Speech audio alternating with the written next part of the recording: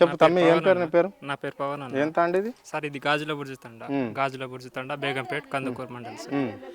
ఇక్కడ ఏదో రోడ్ అని అంటున్నారు సార్. పాపం ఇక్కడ చాలా మంది లాస్ అవుతున్నారు. ఈ ఒక్క ఊర్లోనే ఒక 80-90 ఎకరాలు అట్లా పోతుంది. ఇప్పటికైతే చూసుకుంటే మరీ ఓవర్ అయింది సార్. 330 ఫీట్లు అనుకుంటా రోడ్డు. అది మామూలుగా లేదు సార్. ఇక్కడ నుంచి చాలా దూరం. ఒకరికి ఒక 4 ఎకరాలు. ఇక్కడ 1000 ఎకరాలు, 100 ఎకరాలు, 10 ఎకరాలు, 20 ఎకరాలు ఉన్న వాళ్ళు కూడా లేరు సార్. ఇక్కడ రేర్ కేస్. ఊర్లో ఒక ఇద్దరు ఉంటారేమో 20 ఎకరాలు అయితే. ఎక్కువలో ఎక్కువ ఎంత సార్? అర్ధ ఎకరా, 2 ఎకరాలలో బతుకుతున్న వాళ్ళు. నువ్వు ఒకటేసారి 330 కొట్టుకొని పోతే ఆ బతుకుతున్న వాళ్ళు ఏడపోతారు సార్. నువ్వు 1 ఎకరాకి ఎంత ఇస్తావు? అప్రాక్సిమేట్ 3 ఎంతలు ఇస్తావు అంటే ఎంత? 60 లక్షలు. ఏం చేసుకుంటారు 60 లక్షలు? ఏం చేసుకుంటారు సార్? ఏం చేసుకుంటారు 60 లక్షల్లో? ఏమొస్తుంది? తెలంగాణలో 2 ఎకరాలు ఇప్పి 60 లక్షలు ఏడ దొరుకుతుంది? ఏడ మిరియాలు కూడా అవతల దొరుకుతుంది. ఆడికి పోయి మేము వ్యవసాయం చేస్తామా? చేయగలమా వ్యవసాయం? మేము బతికేది ఈడ. ఏమొద్దు సార్. ఎస్ఐ జాబ్ వద్దు, మా కానిస్టేబుల్ జాబ్ వద్దు, నీ జాబులు వద్దు, నీ ఏమొద్దు నాకు. ఉన్న 1 ఎకరా భూమిలో ఇంత వ్యవసాయం చేసుకుంటా, అదే వరి పండించుకుంటే తింటా, పండుకుంటా, హ్యాపీగా ఉంటా. ఒక చింత చెట్టు కింద పండుకుంటా. ఒక ఎస్ఐ జాబ్ ఇస్తావు నాకు, ఓకే. నాకు ఒక ఎస్ఐ జాబ్ ఇస్తావు, నేను చదువుతున్నా. ఎస్ఐ జాబ్ ఇస్తావు నాకు. ఏం ఇస్తావు ఎస్ఐ జాబు? ఐటీకి సగం పోతుంది దాంట్లో. పిల్లలు అంతా సగం పోతుంది. నేను 1 ఎకరా కూడా సంపాదించలేను. ఉద్యోగం వేస్ట్ సార్. ఉద్యోగం వద్దు, నాకేం వద్దు. నాకున్న 1 ఎకరా ఈజీగా ఇడిచిపెట్టేసేయండి. హ్యాపీగా నేను వ్యవసాయం చేసుకొని బతికేస్తా. అంతే చాలు. ఈ తెలంగాణ అంతే చాలు. నాకు ఎస్ఐ జాబ్ కూడా వద్దు సార్. 1 ఎకరా ముందు 1 ఎకరా కావాలా? ఎస్ఐ జాబ్ కావాలా అంటే నాకు 1 ఎకరానే కావాలి. జాబ్ వద్దు, ఏమొద్దు నాకు. నా ఉన్న 1 ఎకరా నాకు ఇచ్చేసేయండి. హ్యాపీ. నేను ఇంకో 15 సంవత్సరాలు నేను బతికినంత కాలం కాంగ్రెస్కి ఓటేస్తా. ప్లీజ్ మా మాట వినండి. పేదోళ్ళకి అన్యాయం చేయొద్దు సార్. ఎట్లుంది ప్రభుత్వం? ఎట్లుంది సార్? అస్సలు బాగాలేదు సార్. ఇందిరమ్మ రాజ్యం అంటే చెప్పు తీసి కొడతా ఆయనని. ఎవరిని? ఆ కాంగ్రెస్ వాళ్ళని. అర్థమైందా? ఇందిరమ్మ రాజ్యంలో ఇంకో ఈ ముసలోళ్ళకి అందరికి చూపించండి సార్. ఇంటింటికి ఒక ఇల్లు ఇచ్చింది ఆమె. ఈయన వచ్చి ఇందిరమ్మ రాజ్యం పేరు చెప్పి ఉన్న ఎకరా భూమి గుంజుకొని పోతావు. తరికనా? ఒక్కొక్కరికి ఒక్క ఇల్లు. నిన్న మొన్న 10 గుంటలు, 15 గుంటలు అమ్మేసి ఇల్లు కట్టుకున్న వాళ్ళు. ఇల్లు అంతా చూపియండి. ఇల్లు కట్టుకున్న వాళ్ళు. ఆ ఇందిరమ్మ ఉన్నప్పుడు ప్రతి ఇంటికి ఒక ఇల్లు ఇచ్చింది. మాకు కూడా ఇల్లు ఉంది సార్. ఇప్పటికీ ఆ పెంకుటిల్లు ఇండే ఉంది. ఇందిరమ్మ ఇచ్చింది. నువ్వు ఏదో ఇచ్చేది ఏదో సరిగ్గా ఇవ్వాలి. అది ఇవ్వకుండా ఉన్న ఎకరా భూమిలో నేను బాగుపరుస్తున్నా అని చెప్పేసి నువ్వు ఉన్న ఎకరా భూమి గుంజుకొని పోతే ఎట్లా బతకాలి? అంటే నీకు దగ్గర ఉన్న అధికారం అనా? నీళ్ళే ఎంతమంది పోలే నీళ్ళంటూ ముఖ్యమంత్రులు. అట్లా గుంజొద్దు సార్. ఇది పట్టా భూములు. ఇప్పుడు టోటల్ గా మీ తాండలు ఏమనుకుంటారు? మీ ప్రభుత్వానికి భూమి ఇవ్వాలనుకుంటారా? సరే ఇస్తాం.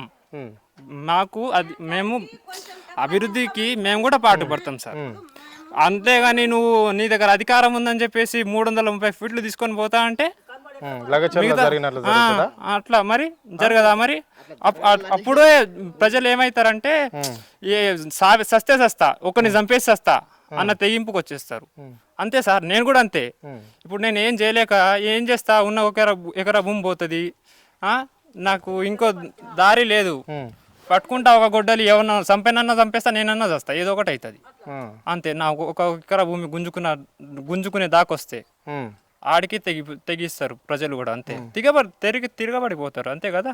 మొన్న కలెక్టర్నే కొట్టారు. ఈయనెంత సార్? భారతదేశంలో ఇందిరాగాంధీ ఓడిపోయింది, ఎన్టీ రామారావు ఓడిపోయింది. ఈయనెంత?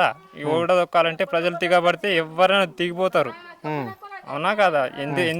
ఎంతమందిని చూస్తలేం సార్. అంటే ప్రజాప్రభుత్వం అన్నారు కదా, ప్రజాస్వామ్యం అంటారు. ప్రజాస్వామ్యంలో అట్లా ఉంటుందా? మర్డర్లు చేయొచ్చా? మర్డర్లు మేము ఎందుకు చేస్తాం సార్? మా దగ్గరకు మాకున్నది మా బతుకుదరువు కొట్టమినప్పుడు మర్డర్ కాదు ఏమన్నా చేస్తాం. అంతేనా? దేనికన్నా తగ్గించేస్తాం. బతుకుదరువు మీద కొట్టొద్దు సార్. ఎవరైనా సరే ఆకలి మీద ఉన్నప్పుడు న్యాయం దగ్గర తీసుకోండి. ఒక 200 ఎకరాలు 200 ఫీట్లు తీసుకోండి.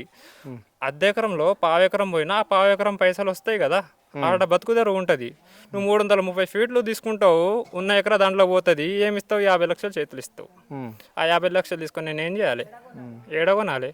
50 లక్షలు తీసుకొని ఇప్పుడు ఏం చేసుకుంటావు సార్? నాకు లవర్ ఉంది సార్. మొన్న షాపింగ్ తీసుకెళ్ళిపోతే ₹1,00,000 ఒక శారీ కొనిపిమ్మన్నది. ఎకరా ఆమె నీకు ఇచ్చేసి కనీసం ఆమె ప్రపోజ్ చేయాలన్నా కానీ నీకు ఎన్ని ఎకరాల భూమి ఉంది నీకు? అని అడిగే రోజులు ఇవి. సంబంధాలు ఆ, వస్తున్నాయండి పెళ్లి. అంతే కదా సార్. నువ్వు 50 లక్షలు ఇచ్చేసి మొత్తం తీసుకుంటా అంటే ఎట్లా? ఓకే, వద్దు సార్, మా బతుకుల మీద కొట్టొద్దు. ఏం చెప్పాలనుకుంటున్నావు రేవంత్ రెడ్డికి, సీఎంకి? అష్టదరిద్రంగా ఉంది నీ పాలన, అష్టదరిద్రంగా ఉంది నీ పాలన. నిజంగా చెప్తున్నా సార్, మనస్ఫూర్తిగా చెప్తున్నా. నేను నిజంగా చెప్తున్నా సార్. ఇప్పటికీ నా ఓటు వచ్చినప్పటి నుంచి నేను మొత్తం కాంగ్రెస్కి వేసిన ఓటు. అబద్ధం అయితే చెప్పాను, కాంగ్రెస్కి వేసిన. కానీ ఇప్పటికీ నాకు ఇప్పుడు విరక్తి వచ్చేసింది కాంగ్రెస్ పార్టీ. కాంగ్రెస్ ఆ, ఇప్పటికీ విరక్తి పుట్టేసింది కాంగ్రెస్ పార్టీ. నిజంగా చెప్తున్నా సార్, ఈ తండాలో మొత్తం కాంగ్రెస్ పార్టీకి వేసిరు ఓటు, కాంగ్రెస్కి వేసిరు ఓటు. మరి చెప్పాలి కదా, కాంగ్రెస్ కాంగ్రెస్కి వేసిరు. కానీ ఈయన పరిపాలన ఇంత దరిద్రంగా ఉందంటే మేము ఎందుకు వేస్తాం సార్? మేము ఎందుకు వేస్తాం? అందుకు వేస్తాం. నీ పేరేం పేరే? నా పేరు రాజు, మాధవరం రాజు. మాది బేగంపేట తండ పక్కకు భూమి ఉంది కాబట్టి ఇక్కడ వచ్చేసిన నేను. ఇక్కడ ఏముందంటే భూమి ఇవ్వడం వల్ల చాలా మంది రైతులు ఎవరు కానీ ఇష్టపూర్వకంగా ఎవరు ఇష్టం లేరు ఇక్కడ. ఎందుకంటే ప్రతి రైతుకు ఒక 2 ఎకరాలు తప్ప ఎక్కువ లేదు. ఆ 2 ఎకరాలు దున్నుకొని బతుడు. ఆ పిల్లల పెళ్లిళ్ళు కానీ చేయాలనుకున్న, ఆడపిల్ల పెళ్లి చేయాలనుకున్న అమ్ముకుంటున్న ధైర్యం ఉన్నది. కొనుక్కో ఈ భూమి మీద నా కొడుకు బిడ్డ, నా కోడలు వచ్చిన బతక ఇంటి నుంచి పిల్లల్ని చేసుకోవాలన్నా కానీ నీకేముంది, భూమి ఉందా, జాబ్ ఉందా అని అడిగే పరిస్థితి ఇప్పుడు. ఇప్పుడు ఆ భూమి లేకపోయా, జాబ్ లేకపోయా ఎట్లా బతారు వాళ్ళు? ఉన్న 2 ఎకరాలు తీసుకొని నువ్వు వాళ్ళకి ఏదైనా ఒకటి దరిదాపు చూపించాలి కదా. దానివల్ల వాళ్ళకి నష్టపరిహారం ఏమిస్తావు? నువ్వు 20 ఎకరాకు 3% అంటావు. మరి గవర్నమెంట్ ప్రకారం 23 lakhs ఉంది. మరి 60 లక్షలు ఇస్తావా, 70 లక్షలు ఇస్తావా?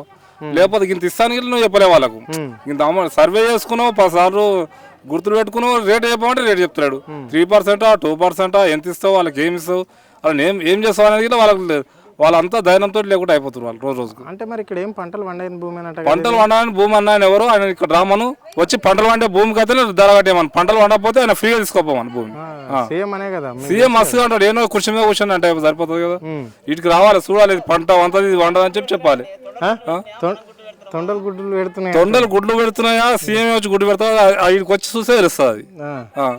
పంటలు వంతున్నాయా లేదా మన పొలం దగ్గరికి వచ్చి నువ్వు సర్వే 10 సార్లు చేస్తున్నావు కదా, ఈ పంట పొలంలో పంట వంతుందా పంతలే వాళ్ళు తెలుస్తుంది కదా. వాళ్ళు పంతలే చెప్తారు కదా. నువ్వు ఏమో కూర్చొని పంట వండిన భూమి అంటే ఎట్లా తెలుస్తుంది?